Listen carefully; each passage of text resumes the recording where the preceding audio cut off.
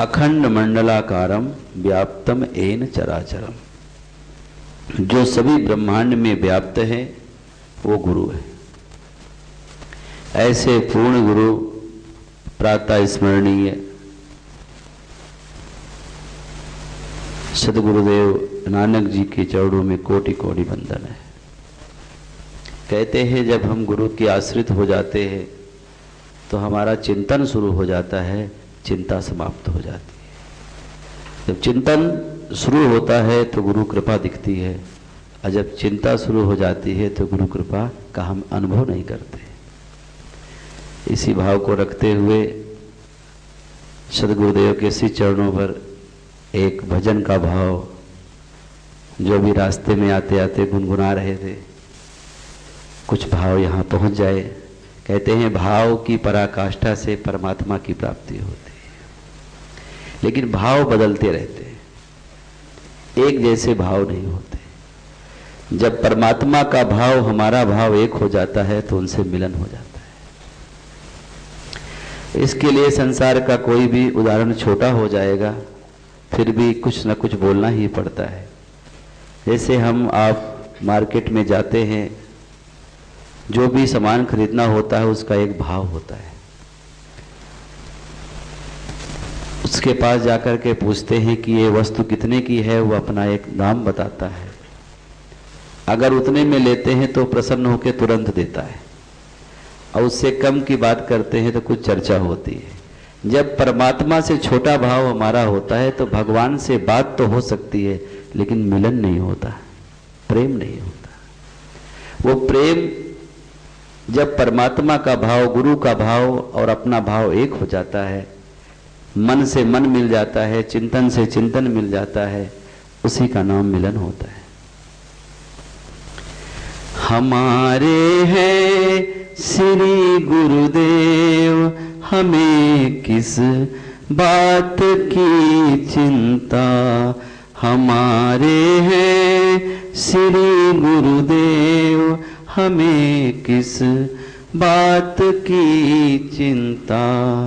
न खाने की, न पीने की, न मरने की, न जीने की।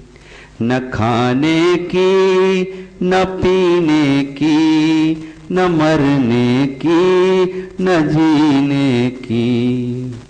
चरण में रख दिया जब मात, हमें किस बात की चिंता।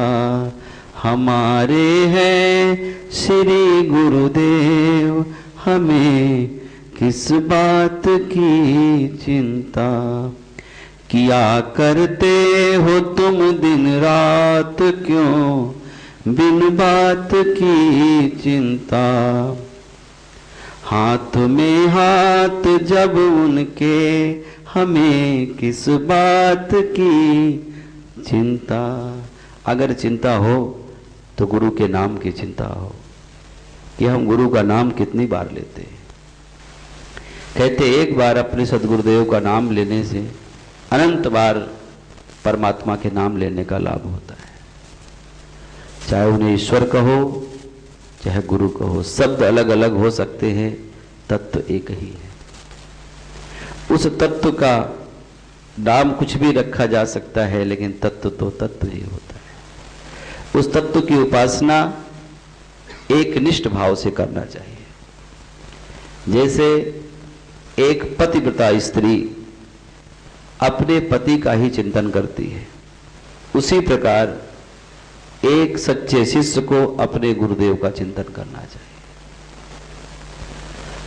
वो संसार में व्यवहार रखती है, बात करती है, लेकिन संबंध पति के नाते निभाती है। इसी प्रकार गुरु का एक मजबूत नाता पकड़ करके सबसे संबंध निभाए जा सकते हैं, लेकिन गुरु के लिए।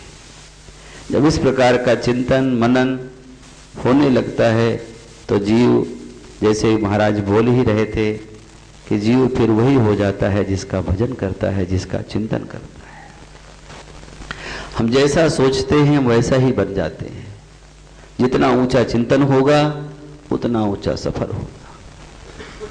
ये आप लोगों की विशेष कृपा है कि समय समय से याद कर लेते हैं।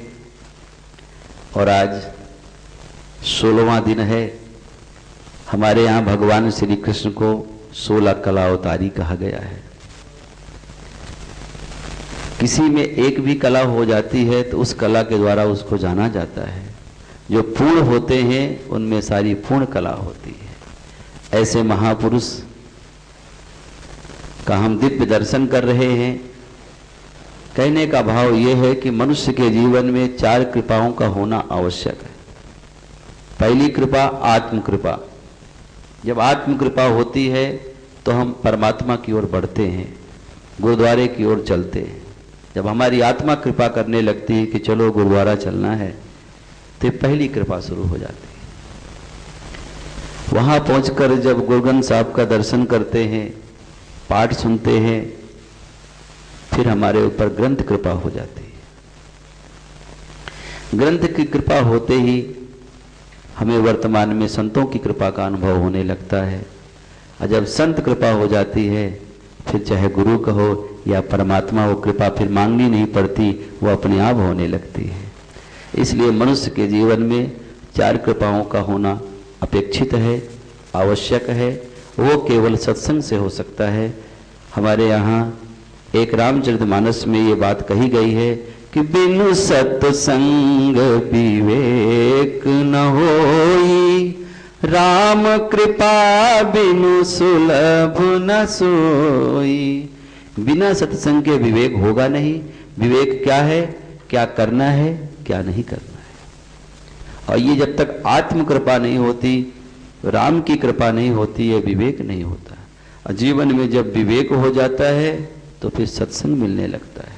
और सत्संग जिसके जीवन में आ गया, उसे भी कुछ भी प्राप्त करना असंभव नहीं रहता। वो सब कुछ प्राप्त कर लेता है। संसार की वस्तुएं तो मिथ्या लगने लगती हैं, फिर भी संसार आकर्षित होने लगता है। कोई 10 दिन, 20 दिन, 9 दिन जैसे यहाँ पे अनुष्ठान का नियम है, इसमें कोई लगन के साथ, निष्ठा के साथ आता है तो उसके ऊपर ईश्वर की विशेष कृपा होने लगती है। वही साधक हो जाता है, जिसका दिल धड़कने लगता है कि कोई गलती ना हो जाए, कोई गलती ना हो जाए, वही साधक और शिष्य हो जाता है। जब आत्मनिरीक्षण होने लगता है, आत्म कल्याण के लिए जिज्ञासा होने लगती है, तब सतगुरुदेव हमारे हृदय में बैठ करके हमें परम आनंद की अनुभूति कराते हैं। हम जब भी यहाँ पे आते हैं तो हमको ऐसा लगता है कि जैसे सतगुरुदेव आपके माध्यम से मानव को बता रहे हैं कि सच्चा जीवन का आनंद सत्संग है।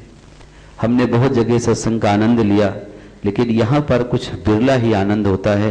ये हमने अनुभव नहीं किया, बहुत लोगों ने किया है कि महाराज जी की वाणी में, जिसको हमारे यहाँ सरस्वती कहते हैं, जो भगवान श्री कृष्ण के गुरु के अग्रभाग से प्रकट होती है, वो इनके वाणी से निकलने लगती है। बंदे वाणी विनय को, विनय, विवेक, विवेचना, जितना सुंदर भाव से आप प्रस्तुत करते हैं, उससे ये लगता है कि सदगुरुदेव की विशेष कृपा का अनुभव यहाँ पे हो रहा है।